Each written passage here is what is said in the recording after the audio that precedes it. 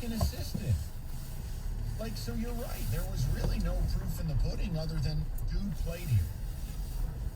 Yep. Okay. 248-539-9797. Let's recap everything because as of right now at 5 o'clock, you're 24 hours later, there's none. What does that mean, if anything? This is witching hour. I thought it would be happening. 2:30 loss. I hate it. That sound, guys? 7 hours flash. Boy, did you think I named him the random guy to hang out with? Real situation, Dave. It's not a situation, it's an extra point. Don't like that good. Is it Friday's spiel? You just gotta see this at 6 and 8. It's a 4-yard. All right, break it down. Medina Spirit, 5 o'clock. Next, 97. It's the pick of the day.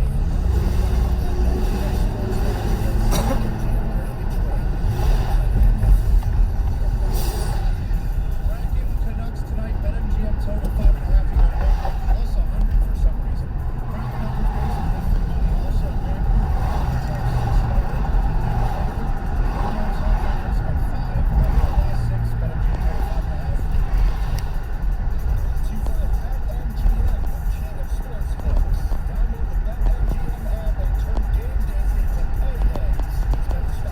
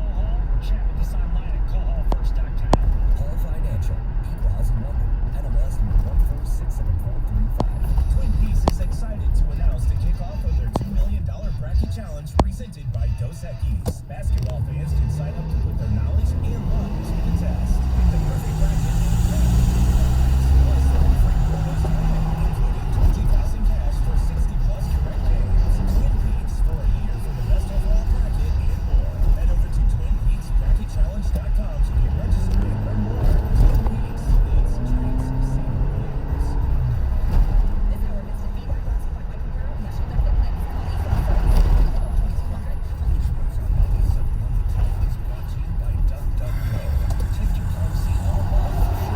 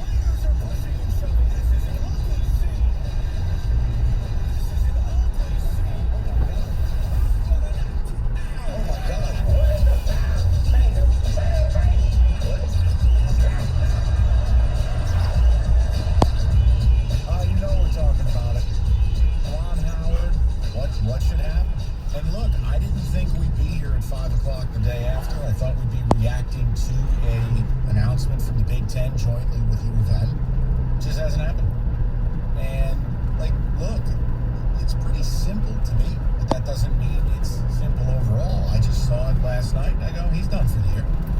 Why? Because you don't hit coaches. You don't hit people in a handshake. And I've just, Kenny is Enrico Monti. I'm amazed at the mental gymnastics some of you are doing to try to, what did the assistant say? It doesn't matter. But Greg Gard touched it. It doesn't matter. Like, it's simple. Juwan Howard is building a resume for all the wrong reasons. And whether it's last year threatening to kill Mark Turgeon because I was raised by Chicago, y'all, to now escalating it to a physical altercation that you don't see in college basketball. You don't. It's simple. He's got to be done for the rest of the year, minimum. Now, if you want to say, look, he apologized, he's shown no willingness to accept responsibility, you believe he should be gone, I'm not going to fight you. What I'm trying to do is offer you my initial reaction. I thought he'd be done for the year. Anger management, an apology, some rehab, so to speak, to the image, and he coaches U of M next year with another one of his kids on the team. Like, that's just how I thought it would play out, right? I don't understand how there hasn't been a decision yet. Now, I'd like to know what you guys want to see happen, what you think should happen. But what I don't get is almost like, well, it was an open hand, and I mean, let's break down the justification of what you saw. Just slow it down. Doesn't look as bad. What about this? What about, do you have any video of anything like this from the last 20 years of college basketball? Let me help you. You don't. The closest you have is Kansas State, and the players got into the fight. And they were all gone for longer than the games that are left in this season. 3 games, 8 games, indefinite. And, yeah. And Diabate, I'm sorry. Young man, you have an NBA future. We need to get you right. This is the second time you've punched somebody in a postgame in a month. Diabate's done for the year if I'm running that team. But then again, what credibility would I have if I just got done hip slapping an assistant coach? Like something out of a 70s movie. Yeah. I mean, seriously, what credibility would you want to have? When I saw it, when I'm watching it live, I'm like, yeah, he's not going to be done for the year. He's probably going to be done for 5 games, the rest of the regular season. That's, to me, is the floor. Now, if you want to tack it on more, I get it. But I'm thinking, yeah, he's gone for at least 5. Maybe he's back in Indianapolis in the Big Ten tournament. But I don't understand. I don't understand what's taking so long. Again, if people want to theorize, they're welcome to. The main problem here, guys, is Juwan Howard, much like last year with his antics with Mark Turgeon, he doesn't even recognize the behavior. It's like, so like I said this at the beginning in the pre-show, like, it's why so many people don't like Americans in other countries. Because we go to these places and we act like idiots.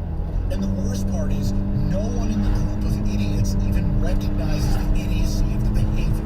Like, I've got some stories from my trip, and it's like, I'm sitting there and my wife, I want to tase it. This is why they hate us. This is why other countries hate us. We can get into that tomorrow. The point is, Juwan Howard is the idiot American at the bar just yelling things louder, thinking that the volume will help the person who English is not their primary language, that they will understand it. Like, Juwan doesn't understand. You're totally at fault for this. You playing the card that you feel like you needed to protect yourself, you didn't apologize. You're not understanding it. Your behavior's abhorrent, but it's even worse that you don't recognize. I can forgive someone for mistakes. He lost it. If he comes out in the postgame and goes, look, that's one of the most embarrassing moments of my career as a basketball player, or in my 40 years of basketball. I got to be better. Can't happen again. I'm going to personally call Coach Gard. I need to apologize to Wisconsin, etc. Now, if he did that, the tenor of this show today is totally different. But he didn't. And he hasn't.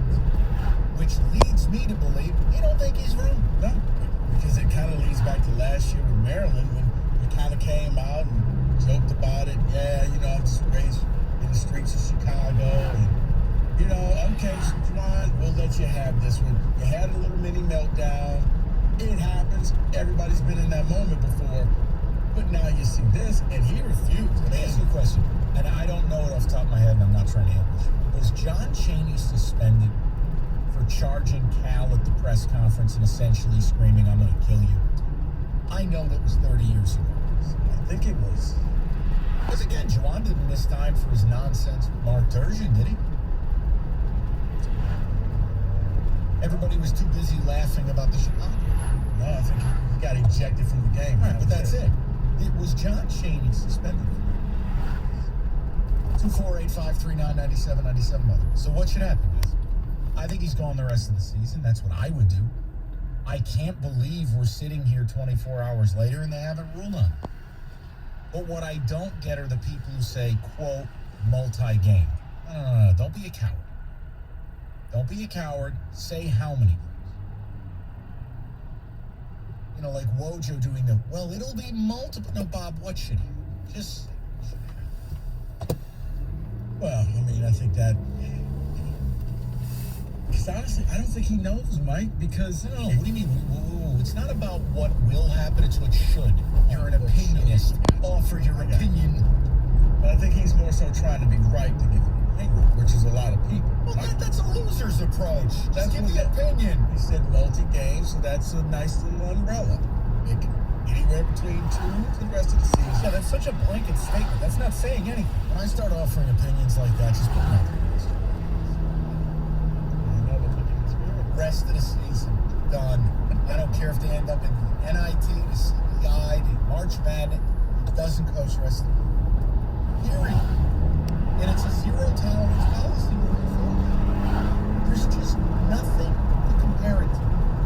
And he went on the court at MSU in a live game. The incident with Rutgers, the incident with Iowa, this now, the Mark Turgeon thing. I say it's not like he's been somewhere for 10 years or 20 years.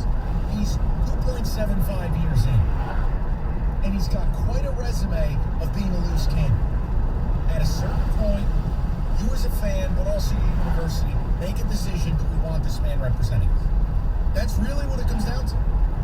Now, what he did yesterday, Rico put a bold proclamation out there. It's why we give Rico the music. He went Royal Rico. He said 2/3 of schools would fire their coach or dismiss their coach for that incident. And I don't know whether that's right or wrong. I thought it was a bold take. Mike, because here's the thing.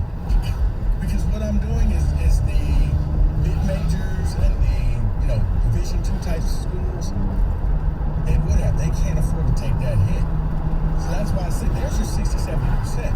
Now it's, okay, it's what does he bring to the school? And because he is Juwan Howard, because he was part of the Fab Five, he's coming home to help out the program. He cried at the press conference. That's why they won't get rid of him, because they need him. I want to give Kenny another opportunity. It's been outstanding. I think one of the schools who would get rid of their coach is Michigan State. If Tom Izzo punched a coach at this stage of his career, I think Tom would resign. He'd be embarrassed. Knowing what I know of him, I think he'd just be like, I effed up. I'm ashamed of myself. I don't think I'm ashamed of the Bible. I don't. And you can laugh and say there's no way, and he's Teflon Izzo. No, I'm telling you, if Tom Izzo punched a coach, considering Tom's rep of being a fiery guy, etc., the pressure would be immense. And unlike Michigan, we don't have a bunch of these media plants who do our bidding. I actually think Tom will lose his job. I think the media thing hurts you too, because I think they go against you in that situation. Oh, God. Yeah. It It would be a pressure. pinata. He'd be a pinata. Rico hasn't commented. He's No, I'm trying to find the Chaney thing. I found it, by the way. Oh, okay. Oh, he was suspended for 1 game. No. And then was at a press conference, he was screaming at John Calipari, "I'm going to kick your ass." I agree. I think that Izzo would probably say, guys, I don't deserve to be the coach. I'm going to step down. I'm going to walk away. Yeah, with that look, that's one of those things you can never come back. And I can imagine I would be on the air going, well, it'll be multi. It was an open I'd be like, hand. we'll see you next year.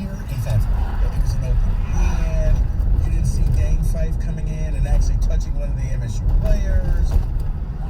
Yeah. If you just get rid of the handshake line, none of this happened. 248. What's the problem with the handshake line? 248-539-9797. Your call's next. What should happen? Don't like my suggestion? Great. What's yours? Rico. Let's talk about this Chevy dealer in the area leading the way. Hamilton Chevrolet and Warren, Andrew Pavlik, and the sales staff want to be your Chevy dealer. Look at, they guarantee you the lowest payment on your next Chevy, period. They find you every discount and incentive and opportunity to save you money. The February Rico deal is in. A new 2022 Chevy Blazer RS, $399 a month for 36 months. All you gotta do is bring in $995 down. You get 10,000 miles a year. Yes, a Chevy Blazer RS for $399 a month. And this Rico deal comes with leather seats and a sunroof. It will be warm again. I promise you. That's why I say the best deals are found at 14 and Mound. Stop in and see my guys at Hamilton Chevrolet for details.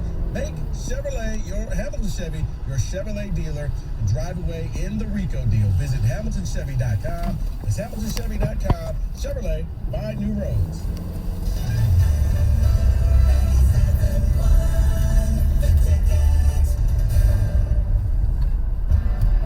I'm Adam Helfman from HireItDone.com.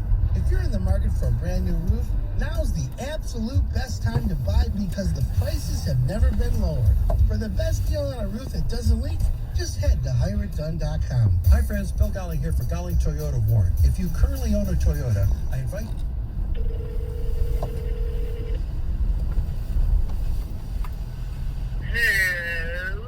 Hello. We're pulling in the driveway. Okay.